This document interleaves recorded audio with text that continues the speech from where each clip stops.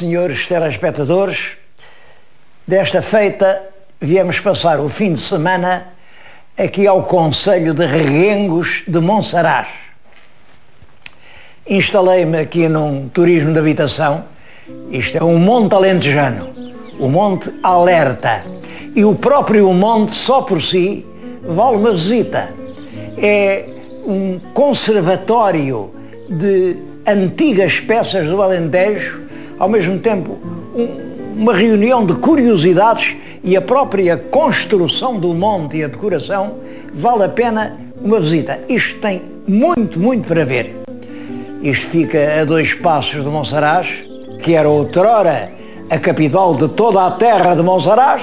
A terra tinha lá embaixo umas propriedades que pertenciam ao rei, genitivo Regis, de Regis é que vem Reguengo. Reguengo é a terra do rei, mas a terra do rei desenvolveu-se mais do que a vila, que era a cabeça do concelho, e hoje Reguengos de Monsaraz é que é o município.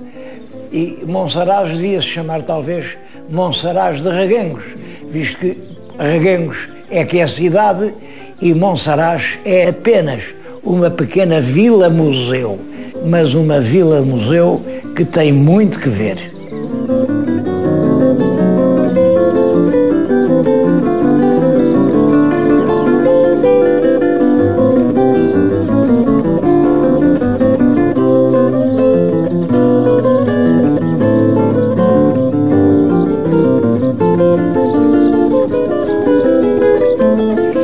Estamos agora no alto do castelo de Monsaraz.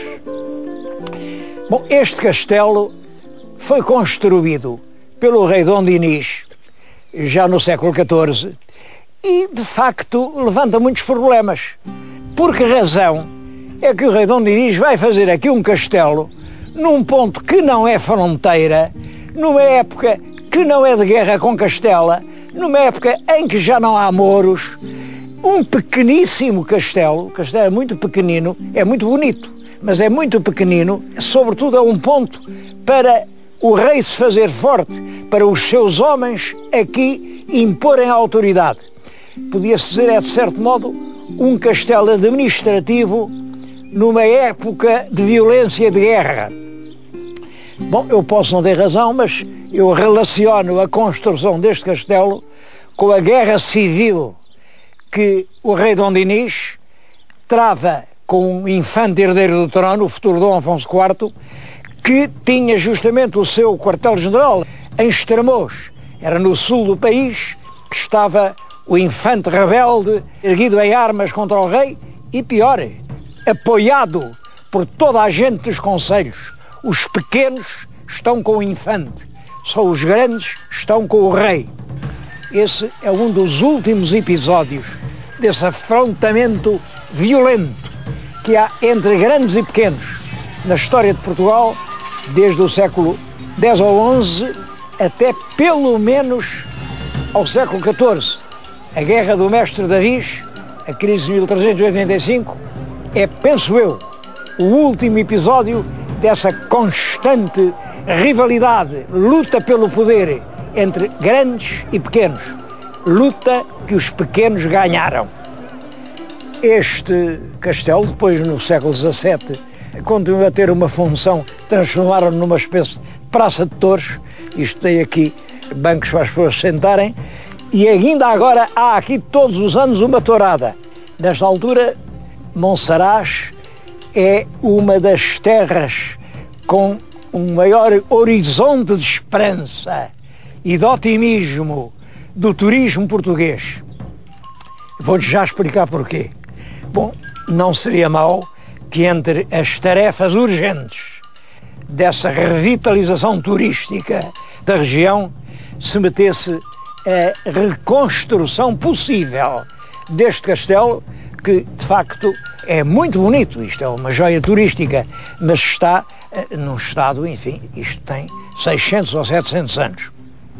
Vou-lhes dizer porque é que hoje o castelo é um lugar turístico excepcional.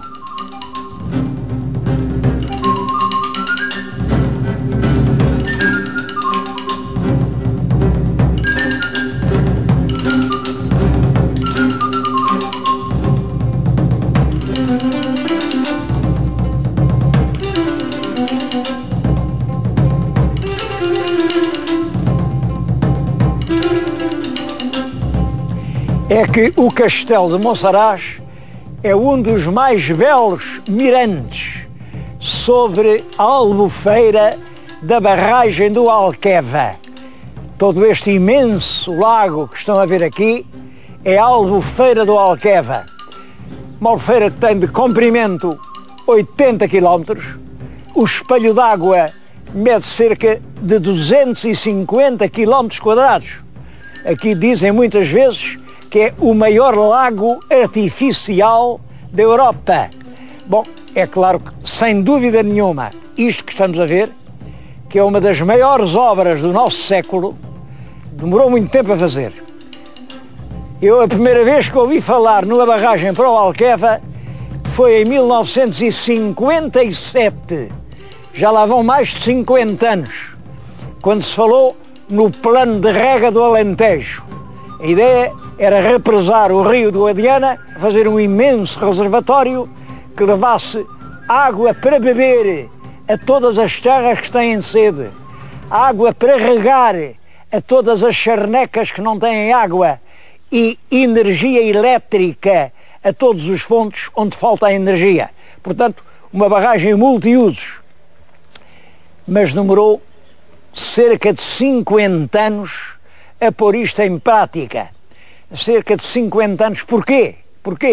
Bom, porque o problema era complicado, sem dúvida. Reparem, o rio Guadiana é um rio internacional. Ele faz fronteira entre Portugal e Espanha. Portanto, se nós fizermos aqui uma barragem, o rio extravasa, mas em parte extravasa para terras portuguesas, em parte extravasa para terras espanholas. E é claro, é preciso um acordo internacional e esses acordos são difíceis de negociar. É preciso, enfim, muita habilidade, ceder de um lado, exigir do outro, mas lá se conseguiu fazer o acordo.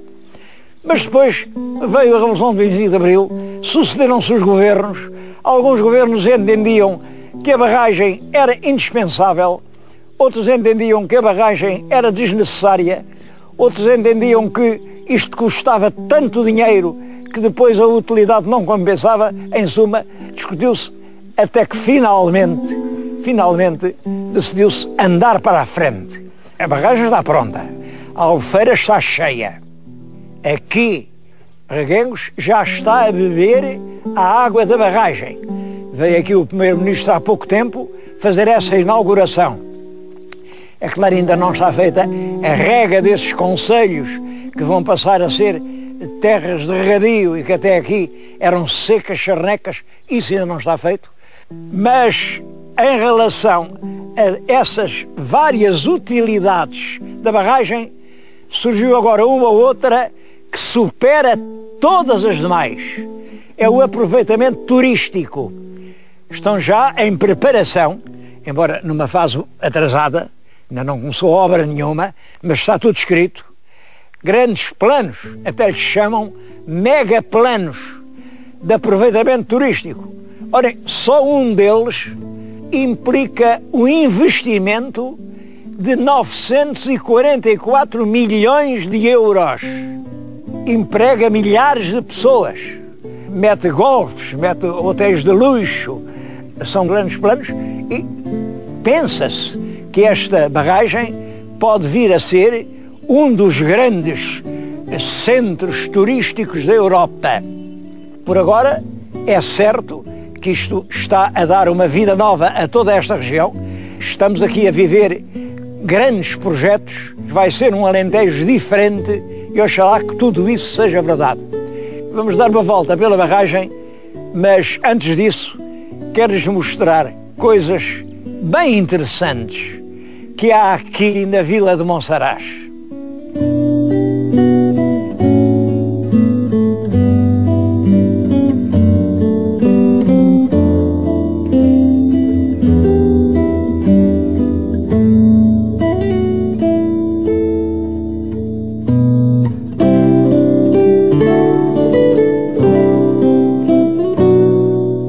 Os antigos passos do concelho chegaram até hoje praticamente intactos.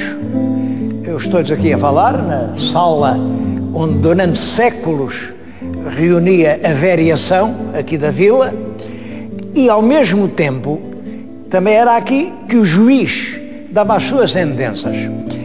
É com a atividade dos juízes que se relaciona um fresco dos finais do século XV que está naquela parede e que é célebre e julgo que tem sido mal interpretado.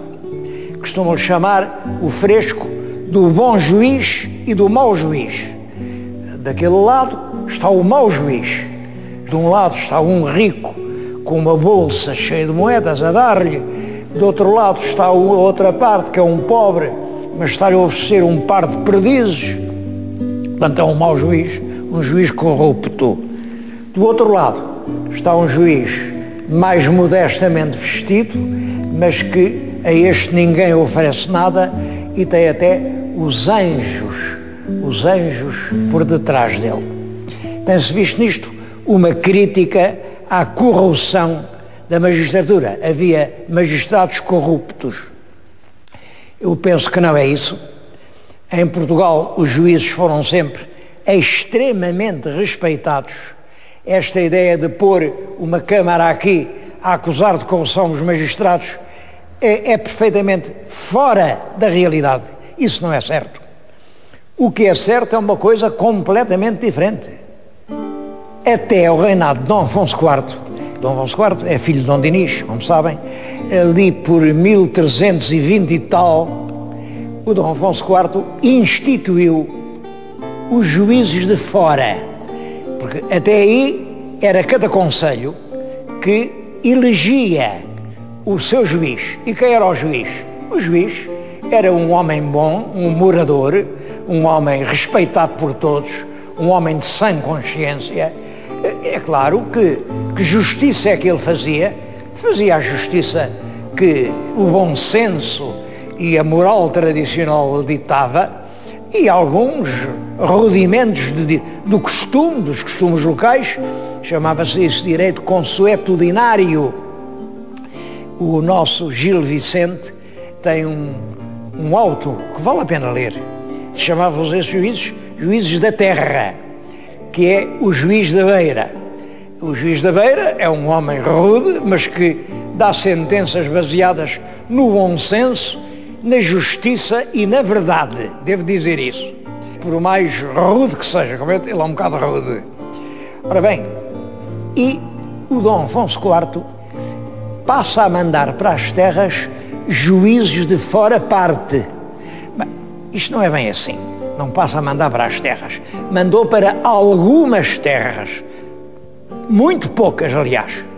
Juízes de fora parte. Depois, o sucessor, o Dom Pedro Cruel, mandou muito mais juízes para as terras. Depois, o sucessor, o rei Dom Fernando, mandou mais juízes ainda para as terras. Mas quem pagava a esses juízes de fora parte, que não eram magistrados, eram escudeiros e cavaleiros ao serviço do rei, a quem o rei queria pagar os serviços recebidos, e para isso nomeava-os juízes neste ou naquele concelho. É claro que eles iam para lá e eram pagos pelas rendas da terra. Eram os camponeses, era aqui a gente, esta pobre gente, quem tinha que pagar ao senhor juiz, nomeado pelo rei, tinha que lhe pagar altos salários, porque o juiz, um cavaleiro ou um escudeiro, chegava aqui e aquilo era a paga de uma vida inteira de trabalho e, portanto, exigia ser muito bem tratado. E isso era um enorme encargo para as terras. E por isso as terras protestaram. Em inúmeras cortes, desde o século XIV até ao século XVI, há protestos contra os juízes de fora. Eles querem ter os juízes da terra. E quem acaba com isso? É o rei Dom Manuel, de uma maneira muito simples. Diz, bom, eu continuo a mandar juízes de fora, mas quem paga sou eu. Quem paga é a coroa. Vocês não pagam nada. E a partir daí acabaram os protestos. Ora bem, o que ali está representado é um juiz da terra, que é o bom, tem uma vara vermelha, e é o juiz de fora, que é o mau, que tem uma vara que hoje já mal se vê, mas que estava pintada de branco.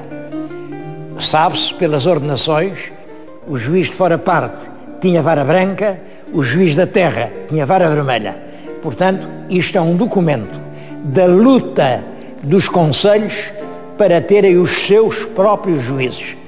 Este documento desmente qualquer outra interpretação, porque as varas são realmente uma vara vermelha, é o juiz do povo, é o juiz da terra, e uma vara branca, é o juiz de fora. E, portanto, isto é a crítica dos conselhos à instituição de juízes de fora. Devo dizer que os juízes de fora foram uma minoria até ao liberalismo. Sei que no ano de 1811, imaginem, 1811, ainda havia cerca de 600 juízes da terra e só 100 e tantos juízes de fora. A ideia de haver um juiz formado em direito, um verdadeiro jurista, só vem com o governo liberal. É depois de 1834 que todas as comarcas passam a ter um verdadeiro juiz formado em direito e que julga conforme as leis do país.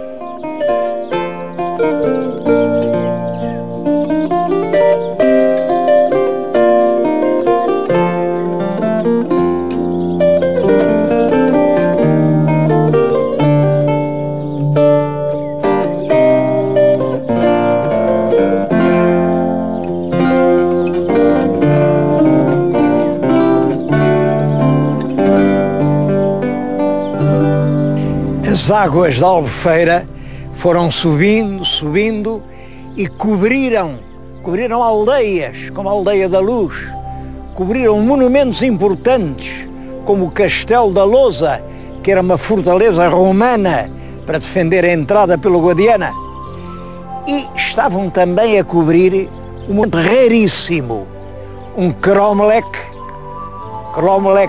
do terceiro milénio antes de Cristo, portanto uma coisa com 5.000 anos, mas aí uma equipe de arqueólogos salvou o Cromlech, tirou as pedras de onde elas estavam e veio pô-las aqui.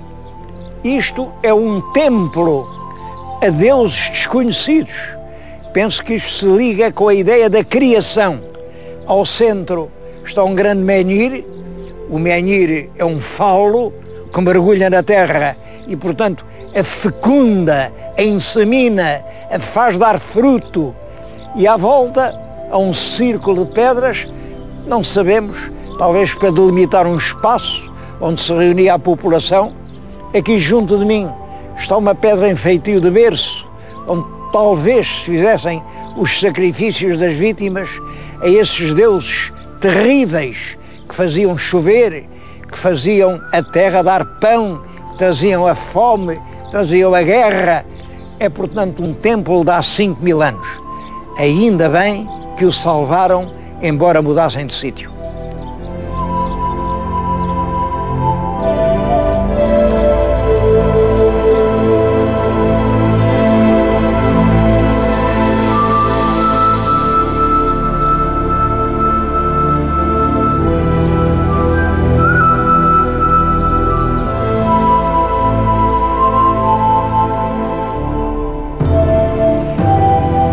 Mas a região não tem só antiguidades, tem muitas coisas modernas e extremamente importantes.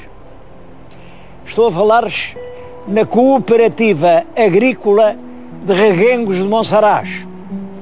É uma cooperativa relativamente moderna. Isto foi fundado por 50 sócios em 1972. Foi por essa altura que chegou aqui a reconversão do Alentejo, já lhes tenho falado. A partir do ano 1950, o velho Alentejo da Seara, o Alentejo que dava ao pão, transforma-se numa grande região produtora de vinhos. Essa revolução chega aqui em 72, é o ano da fundação da cooperativa. Hoje tem 600 sócios. Isto produziu ano passado 17 milhões de litros de vinho, exportou vinhos para a América, para a China, para a Austrália, para o Canadá, para Angola e Moçambique, para todo o mundo. e vinhos considerados sempre da melhor qualidade. Eu, neste ponto em que estou agora com os olhos postos no moinho de moer o cereal. Eu acho que fizeram bem, que ao construir a fábrica deixaram aquilo. Aquilo é bem o símbolo do que era o Alentejo do pão, o pão que se moía com aquela mó. E o Alentejo de hoje, o Alentejo que é uma das mais ricas regiões vinícolas do mundo.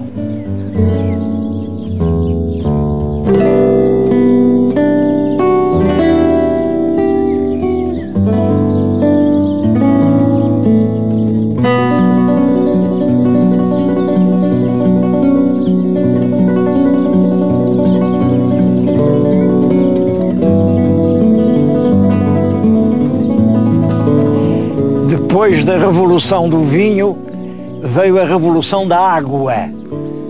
O Alentejo tinha sede, teve sempre sede. Aliás, o Alentejo foi sempre uma província sacrificada, uma reconquista tardia, a doação às grandes ordens monástico-militares que não vendiam, não retalhavam, não. Depois, com o liberalismo, a divisão em grandes herdades e a grande propriedade e, sobretudo, a sede, a falta de cursos de água, a impossibilidade do regadio e, portanto, a impossibilidade da pequena propriedade.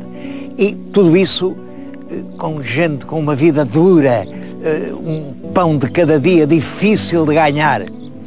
Por isso, eu acho que esta obra do Alqueva ficou cara ao país. Isto custou 2.300 milhões de euros. Eu suponho que é a maior obra feita em Portugal nos últimos 100 anos.